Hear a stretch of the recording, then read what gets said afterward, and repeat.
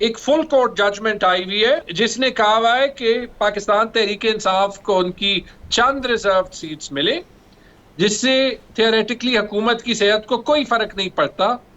क्यों पूरा निजाम अपोज कर रहा है, क्यों स्टेट का कोई भी इदारा सुप्रीम कोर्ट के हक में आज उसे सपोर्ट नहीं करेगा। तहरीक इंसाफ के रहनुमा तैमूर सलीम झगड़ा साहब हमारे साथ मौजूद है। अस्सलाम वालेकुम झगड़ा साहब, बहुत बहुत शुक्रिया आपके वक्त के लिए। सर, सबसे पहले तो ये बताइएगा कि आज बिलावल भुट्टो ने सिंध हाईकोर्ट बार एसोसिएशन से खिताब में बरमला दो टोक अंदाज में ये कह दिया है कि वफाकी आईनी अदालत ज़रूरी नहीं मजबूरी है और हर सूरत बनेगी, तो पाकिस्तान तहरीक इंसाफ के पास क्या ऑप्शन है, कैसे रोकेंगे इसको? देखिए, माजरत के साथ बिलावल भुट्टो ने साबित कर दिया कि हालांकि उनको अगली जनरेशन के सियासतदानों में सियासत अलहदा तरीके से करनी चाहिए थी कि उन्होंने ना अपनी वालदा की ना अपनी नाना की लेगेसी रखनी है, और शायद उनकी जो सियासत है वो अमली तौर पे उनके वालिद से ज्यादा। सर, वो तो लेगेसी रखने की कोशिश कर रहे हैं। वो कहते हैं चार्टर ऑफ डेमोक्रेसी के अंदर क्योंकि हमने ये तय किया था, तो उसी लेगेसी को कैरी फॉरवर्ड करते हुए हम फेडरल कॉन्स्टिट्यूशनल कोर्ट का इन लेटर एंड स्पिरिट कयाम अमल में लाएंगे, क्योंकि चार्टर ऑफ डेमोक्रेसी का हिस्सा था जो उनकी वालदा मोहतरमा ने किया था। तो जब चार्टर ऑफ डेमोक्रेसी के बाद उनकी हुकूमत थी जिसमें उन्होंने 18वीं तरमीम जैसी एक बड़ी इंपॉर्टेंट लेजिस्लेशन पास की, तो उसमें क्यों नहीं बनाया? तो sir, it's never too late to make difference. आप लोग भी चाहते थे कि फेडरल कॉन्स्टिट्यूशनल कोर्ट बने। क्या आप इसकी स्पिरिट के अगेंस्ट है? आप समझते हैं कि ऐसी कोर्ट नहीं होनी चाहिए? जिस वक्त पाकिस्तान तहरीक इंसाफ की हुकूमत थी, क्या ये अंडर डिस्कशन नहीं था? मेरे ख्याल में मुल्क जिस वक्त से गुजर रहा है, we have to call a spade a spade. Debate federal constitutional court के बारे में आज इररेलेवेंट है, क्योंकि ये फेडरल कॉन्स्टिट्यूशन कोर्ट अदालती निजाम को बेहतर करने के लिए नहीं बनाई जा रही। फिलहाल अदालती निजाम के साथ जो हो रहा है, चाहे वो फेडरल कॉन्स्टिट्यूशनल कोर्ट का क़याम हो, चाहे वो प्रैक्टिस एंड प्रोसीजर एक्ट में तरमीम हो, और उसके बाद जो कमेटी है बेंच बनाने की, उसको तब्दील करके बेंच फिक्सिंग की कमेटी बनाया जाए, या चाहे वो डिसीजंस हो जिनसे जो इलेक्शन ट्रिब्यूनल्स का मामला हो वो नाफाल हो ना हो, ये सारी फिलहाल निजाम की चोरी को छुपाने के लिए इस्तेमाल किए जा रहे। इसलिए कभी कभी ममालिक की तारीख में वो टाइम आता है जहां पे वो इंडिविजुअल इकदाम मैटर नहीं करते, क्योंकि उनके पीछे नीयत गलत होती है और वो गलत अंजाम को पहुंचने के लिए इस्तेमाल हो जा रहे। और अगर जो मैं कह रहा हूं वो सही है, तो फिर ये सिर्फ पीटीआई का फर्ज नहीं है कि इसको कॉल आउट करे, आप सबका है। क्योंकि कल अगर ये कोर्ट इसलिए बनाई जा रही है कि सुप्रीम कोर्ट जो काजी फाइज ईसा के रिटायरमेंट के बाद रहेगी वो ज्यादा आजाद होगी, और जो करंट चीफ जस्टिस हैं उनको ऊपर ये फेडरल कॉन्स्टिट्यूशनल कोर्ट में उनको वो इख्तियारात दे दिए जाएं जो आज सुप्रीम कोर्ट सुनेगी, तो फिर नियत यहां पे बिल्कुल गलत है। और उसका सबूत ये है, आप ही मुझे बता दें कि मैं गलत कह रहा हूं या नहीं। नहीं, वैसे अगर मैं आपके इस आर्गुमेंट को बाय कर लूं सर, तो इससे तो फिर आने वाले चीफ जस्टिस के इख्तियारात मजीद बढ़ जाएंगे, क्योंकि जस्टिस काजी फाइज से तो 25 अक्टूबर को जा रहे हैं। उसके बाद जस्टिस मंसूर अली शाह होंगे जो इस वक्त सीनियर प्यूनी जज हैं, तो उनके इख्तियारात में तो मजीद इजाफा नहीं हो जाएगा? नहीं, आप ये देख लें, जो सारे कॉन्स्टिट्यूशनल पिटिशंस हैं जो इस निजाम को चैलेंज करते हैं, वो सारे ये फेडरल कॉन्स्टिट्यूशनल कोर्ट के सामने ले जाने जाते हैं।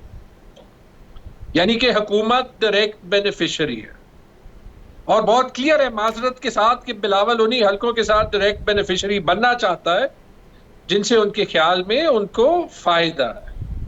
आज हम बैठे हुए, एक फुल कोर्ट जजमेंट आई हुई है जिसने कहा हुआ है कि पाकिस्तान तहरीक इंसाफ को उनकी चंद रिजर्व सीट्स मिले, जिससे थियोरेटिकली हुकूमत की सेहत को कोई फर्क नहीं पड़ता। क्यों पूरा निजाम अपोज कर रहा है, क्यों स्टेट का कोई भी इदारा सुप्रीम कोर्ट के हक में आज उसे सपोर्ट नहीं करेगा?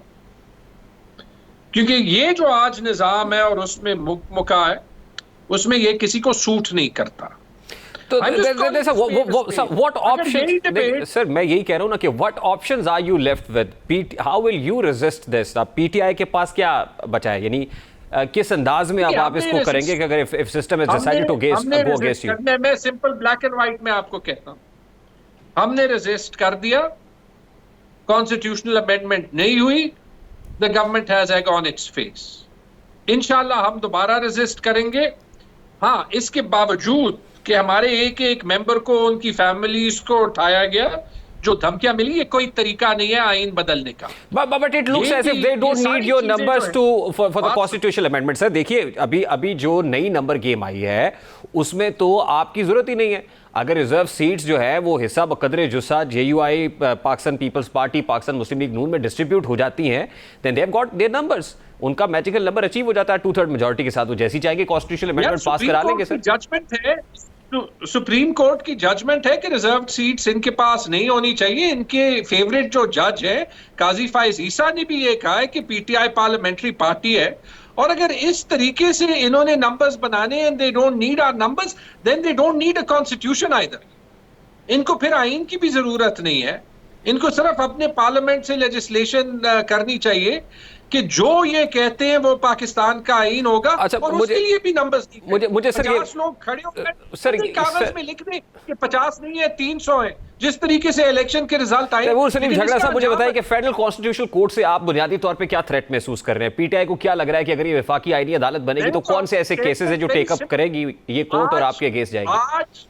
आज इस हुकूमत से, और इस हुकूमत ने जिस तरीके से ये अमेंडमेंट पास करने की कोशिश की है, उसके बाद सुप्रीम कोर्ट के अमली फैसले पे इंप्लीमेंटेशन ना करने का ऐलान किया है, ऐसे हालात में आईनी तरमीम की डिस्कशन करनी ही नहीं चाहिए, पॉइंटलेस है।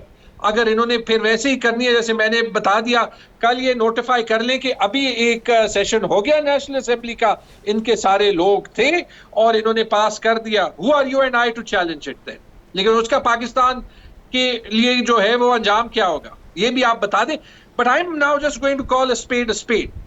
आपको भी पता है, मुझे भी पता है, पाकिस्तान को पता है, पूरी दुनिया को पता है कि इनकी नीयत गलत है और इनकी नीयत सिर्फ अपनी चोरी को छुपाने की। आपको ये लगता है कि PTI के केसेस आएंगे कॉन्स्टिट्यूशनल कोर्ट के अंदर? आपको ये लग रहा है कि इमरान खान साहब के मिलिट्री कोर्ट में ट्रायल को ग्रीन सिग्नल गो हेड इस कॉन्स्टिट्यूशनल कोर्ट से मिलेगा? आपको लग रहा है कि PTI की जो पॉलिटिकल स्पेस है, ये ब्रीदिंग स्पेस है, वो मजीद स्क्वीज हो जाएगी? तो ये सब कुछ इसलिए किया जा रहा है, यही फील कर रहे हैं आप सर?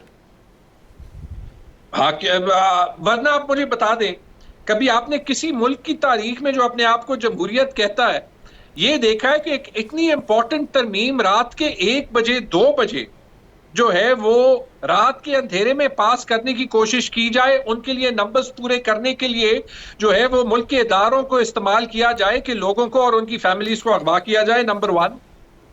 नंबर 2, हुकूमत जो है वो सुप्रीम कोर्ट के फैसले पे अमल ना करे। कल मैं हामिद मीर का बयान के शो पे बयान सुन रहा था कि नवाज शरीफ यूसुफ गिलानी को कह रहे हैं, जब उनकी डिस्क्वालिफिकेशन हुई, कि ये कोई जो है वो जंगल का कानून नहीं है, सुप्रीम कोर्ट जो कहता है आप माने ना माने आपको इंप्लीमेंट करना है, ठीक है। वहां पे वो एक फुल कोर्ट की जजमेंट को ना इंप्लीमेंट करे, नंबर 2। नंबर 3, जब उन्हें लगता है कि सुप्रीम कोर्ट की जो मेजॉरिटी है वो उनके फैसले में नहीं है, तो वही कानून जो उन्होंने बनाया होता है सुप्रीम कोर्ट के बेंचेस की फिक्सेशन के तरीके के लिए, उनको वो कानून साजी के तहत नहीं, एक प्रेसिडेंशियल ऑर्डर के थ्रू जो है वो चेंज करें, और उसके मिनटों में जो है वो सुप्रीम कोर्ट की बेंच कॉम्पोजिशन की कमेटी बदली जाए। इस सब के बाद आपको लगता है कि हमें ये डिबेट करनी भी चाहिए, या हम सबको जो है वो गवर्नमेंट को कॉल आउट करना चाहिए? ये PTI की जंग नहीं है यार, मैंने आपने इस मुल्क में रहना है। But you will have to take an initiative ना at some point, some stage. मैं उसकी बात कर रहा हूँ कि पॉलिटिकल कैनवस पे रहते हुए आप क्या करेंगे? What are you going to do, sir? We will oppose it in Parliament. We will oppose it outside Parliament. We will protest. और इस सब के बाद ये मैं आपको लिख के कह दूं, वो टाइम आ गया है कि इस हुकूमत की और इस निजाम की तारीख में ऑलरेडी जो लिखना जाना है इसके बारे में, वो लिखा जाएगा। And each of the steps, ये सारी जो है इसकी असलियत लिखी जाएगी, और ये दूर नहीं है, और ये सारे कैरेक्टर्स जो इसमें इन्वॉल्व। ठीक है, बहुत बहुत शुक्रिया तैमूर